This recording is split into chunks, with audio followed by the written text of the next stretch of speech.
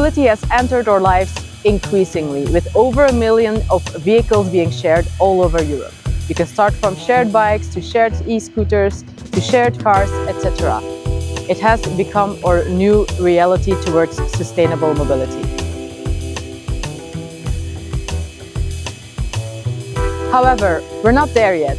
Shared mobility is not designed yet for everyone. When you look around you and you take a look at people who actually use the shared mobility solutions at this moment, you see that it's often young urban adults. But there's still a majority of the population that is being left out. So there's still a long way to go. And this is where the Interreg North Sea Shared Mobility for All project comes in the picture. We are a consortium of 12 partners who are working together with people with physical impairments, elderly people, families and children to see how we can co-create together new shared mobility solutions that can be accessible for all. And we are here in the beautiful Amsterdam today to come together with people from the sector, mobility providers, cities, researchers, our own partners to sit together around the table to discuss how we can make shared mobility accessible for all. So I think the micromobility industry has grown extremely fast. I think we've all seen it in all European cities, and I think we've left to the side a couple of people in the populations. So I think now when we're maturing, I think it's about time we actually start considering other people and other use cases.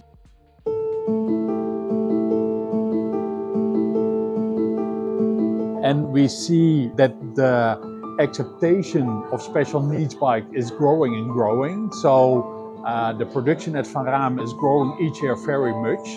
And we see now more and more interest in shared bikes initiatives. But we notice that it's a challenge to do that for individual use. Inclusivity is a challenging topic in shared mobility. We have to make arbitrage. No? We need to think about who are the target groups we can address relatively easily. I mean, right now we have already made quite some progress on the gender gap closure. We have increased the median age between the infant years of our sector versus the more mature years of the last years. My advice would be, let's focus first on the relatively low-hanging fruits and then step by step go into the more challenging target groups.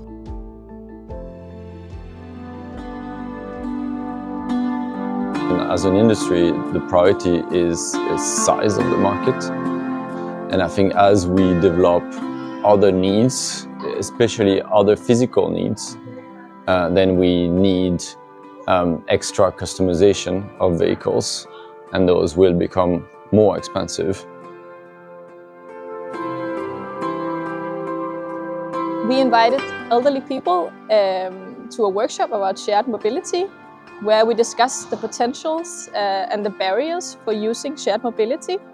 And we identified that there are certain needs for adjustments to the existing solutions in order to meet their needs.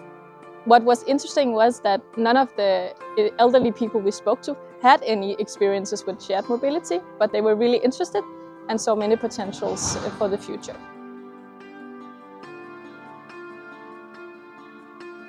But in the end, it's much more than just about the shared vehicles. We need to think about the entire multimodal journey if we want to make it accessible.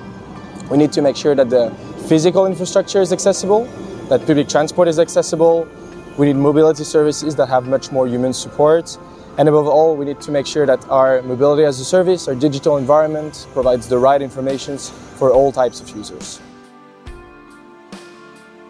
Yeah, the IMAS project, or Inclusive Mobility as a Service, is an application and also a help desk that people with reduced mobility can use in Amsterdam to plan, book, and in some cases pay for their trip.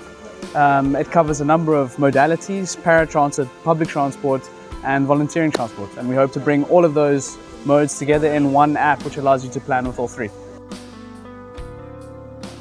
The Fietstaxi is a bike taxi service for people with reduced mobility. We bike people with a rickshaw or a wheelchair bike to their destination.